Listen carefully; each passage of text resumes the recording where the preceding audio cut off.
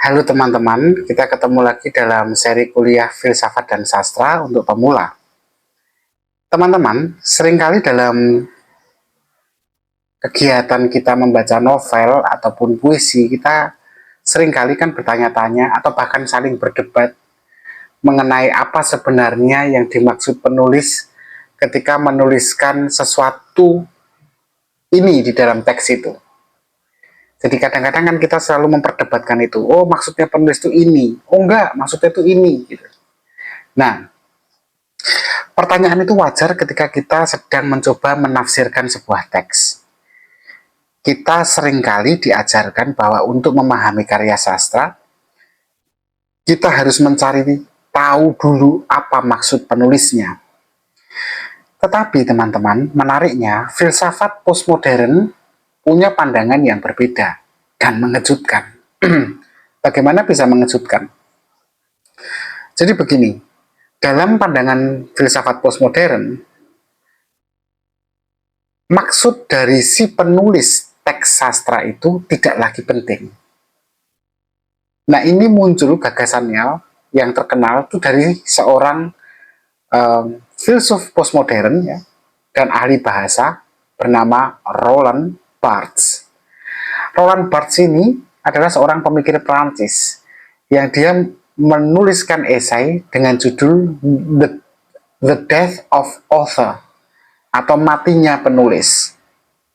Jadi Barthes itu mengatakan bahwa begitu sebuah teks itu ditulis, pengarangnya itu langsung sudah mati. Mati ini maksudnya bukan lalu mati beneran ya. Mati ini maksudnya karya sastra itu tidak lagi sepenuhnya milik sang pengarang. Sang pengarang sudah lepas, sudah jadi milik pembacanya. Nah, kalau begitu, siapa yang berhak menentukan arti dari teks? Barthes dengan enak menjawabnya, ya pembaca. Pembacalah yang paling berhak menentukan makna dari teks. Makna akhirnya jadi tidak tunggal kan, karena beda pembaca, beda makna. Tidak ada lagi makna yang dikunci oleh maksud penulisnya. Tetapi makna itu selalu terbuka untuk ditafsirkan dengan berbagai macam cara. Kita bisa bayangkanlah sebuah puisi. Penulisnya mungkin menulis dengan maksud pribadi tertentu. Tapi ketika dibaca orang lain, puisi itu bisa jadi punya arti yang berbeda. Bukan hanya puisi ya, kalau kita bicara sastra dalam konteks musik, lirik yang ditulis si penulis lirik lagu, belum tentu maksudnya itu sama dengan apa yang ditafsirkan oleh si pendengar lagu. Artinya apa? Seorang pembaca bisa merasakan kesedihan, sedangkan pada pembaca yang lain dia bisa merasakan harapan. Padahal maksud penulisnya adalah kebahagiaan. Nah, lalu mana yang benar? Penulisnya atau pembaca yang berbeda-beda ini? Semuanya benar. Inilah cara berpikir postmodern. Dalam filsafat postmodernisme, klaim kebenaran tunggal itu ditolak. Mengapa? Karena postmodernisme percaya bahwa makna itu selalu plural, selalu relatif, tergantung pada sudut pandang mana digunakan. Nah, apa hubungan antara filsafat postmodern dan sastra? Ya, hubungannya sangat besar. Karena begini, dengan cara pandang postmodern, membaca sastra itu membaca karya sastra itu bisa menjadi lebih bebas.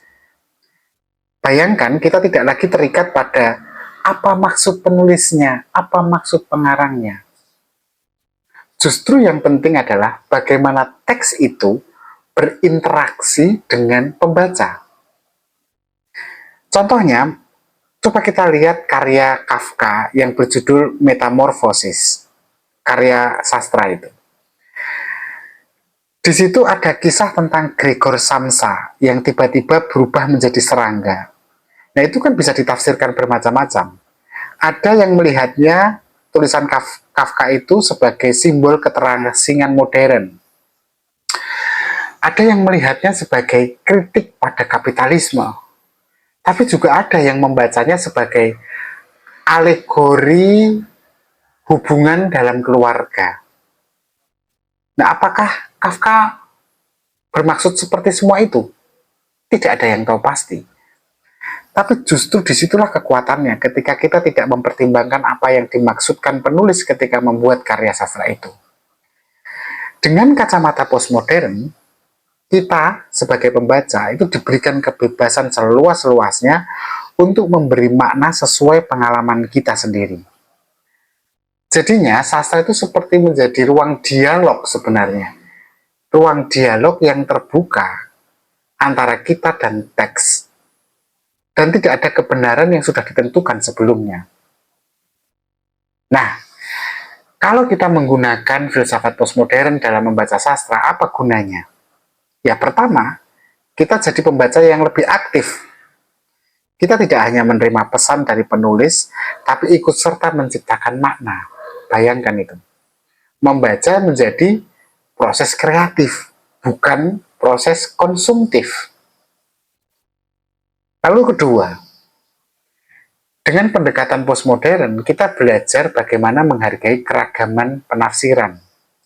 Kalau teman kita membaca novel dengan interpretasi yang berbeda dengan kita, itu bukan berarti dia salah atau dia benar dan kita salah atau kita benar. Justru perbedaan itu akan memperkaya makna. Karena dalam perspektif postmodern, semakin banyak tafsir, semakin hiduplah sebuah teks itu.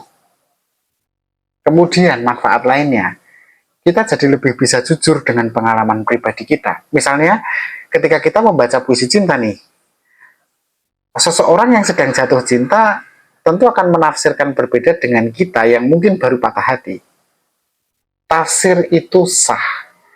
Kenapa? Karena teks selalu bertemu dengan pengalaman pembaca yang berbeda-beda dan masing-masing itu unik. Tentu ada juga kritik terhadap pandangan postmodern dalam bidang sastra ini ya. Karena sebagian orang tetap khawatir kalau kemudian penulis dimatikan, maka teks itu bisa ditafsirkan seenaknya. Apakah kemudian dengan begitu semua tafsir benar? Apakah kemudian tidak ada batasnya? Pertanyaan itu masih terus jadi perdebatan hingga hari ini. Tapi disitulah menariknya.